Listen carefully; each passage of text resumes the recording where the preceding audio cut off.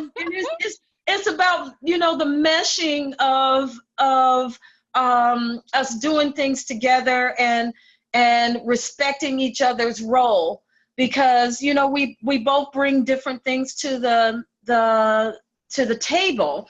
So I guess, you know, it would be, you know, learning to work like I would in a traditional setting, to bring that home and to work, you know, in partnership with my spouse, because I can't always look at him as my husband. I have to look at him as my partner, you know, so not just in marriage, but in business. So, social media question, how do you use social media to bring people, you know, information and get them started? Okay, so that's a great question, because I do use social media to, you know, it's that combination like Kebie taught us, you know, 3 personal posts to 1 business one, and you kind of pepper it in, you sprinkle them, you drip on them, and what have you. And all of a sudden, you know, for example, the square. I hadn't done many posts about it. I hadn't done a whole lot of stuff about it, but now everyone's wondering, oh my gosh, what is the square? I never really said a whole lot about it. And it's just created, it's like you just give them enough.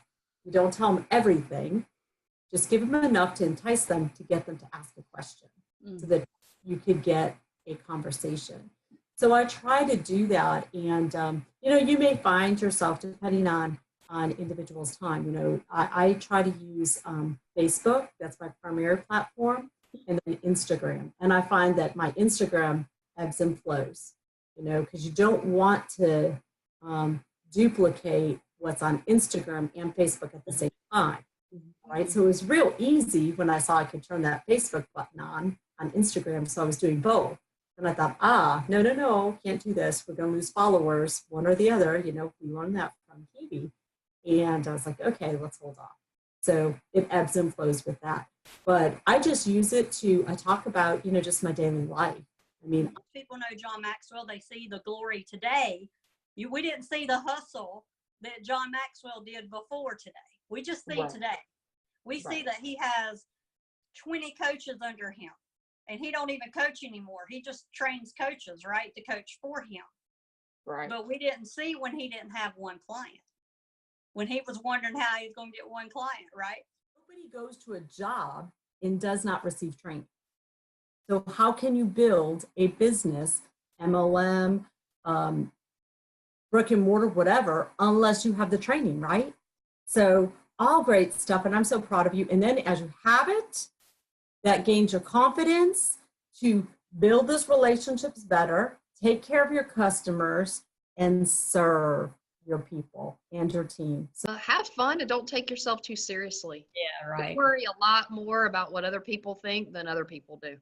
That's right. Everybody's stuck in their own head, right? So what sets you apart is just going out and loving people and planting a bunch of really good seeds, and it will come back, and not worrying about it. You know what I mean? That's Right. the biggest lesson I've learned from you, because I was so stuck in my head, so scared about what people thought, and my reputation and this and that, whatever. It's so much more fun. Stumbled onto Kebie Whitehead's new distributor training course.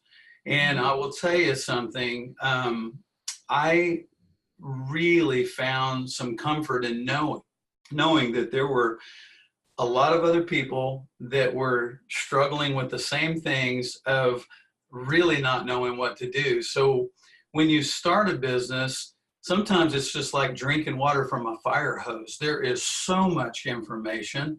You have a belief in the product and in the business, and you want to do it, but you're just not sure exactly how.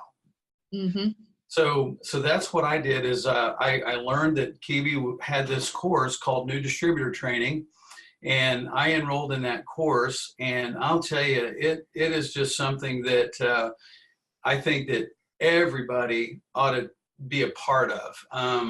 We have this want to inside of us, and then we create this why we want to do it. Everybody has their why. And then one of the things that you learn in this is this acronym called GPS. Well, everybody has a GPS on their phone, or they have one in their car, and it Yep. gets you to where you want to go. And and it's the global positioning system.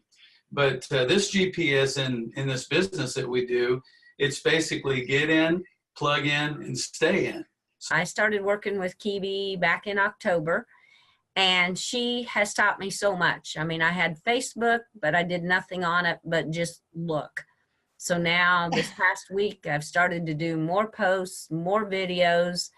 I've had people contact me back. I've made connections for the CBD squares. We've made a connection on marketing some of our calves with our cattle. So it's been a win-win all the way around. So I'm excited for what the future holds. Well, we focus on that negative and not focus on the one person. Like tonight, I focused on the lady who wanted to work. All the customers, they were grabbing on me, pulling on me. I'm like, sorry. She gets my attention because she's signing up as a distributor.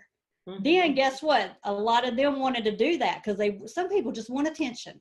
But if you're giving your attention for free, you're enabling it, and you're not going to get the right people, right?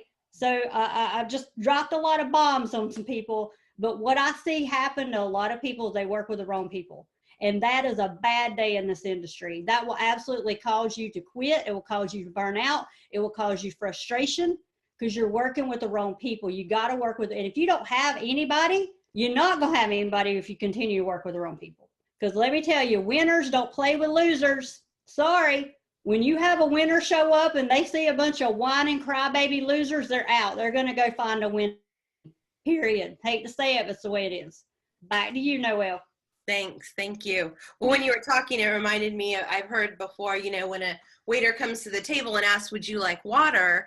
And you decline it, they don't go slump in the back and cry about it. They just ask the next person and go on. So I like that. And then if we worry about what people think about us or take things personally, we can always go back and read that 4 Agreements book by Don Miguel. Right.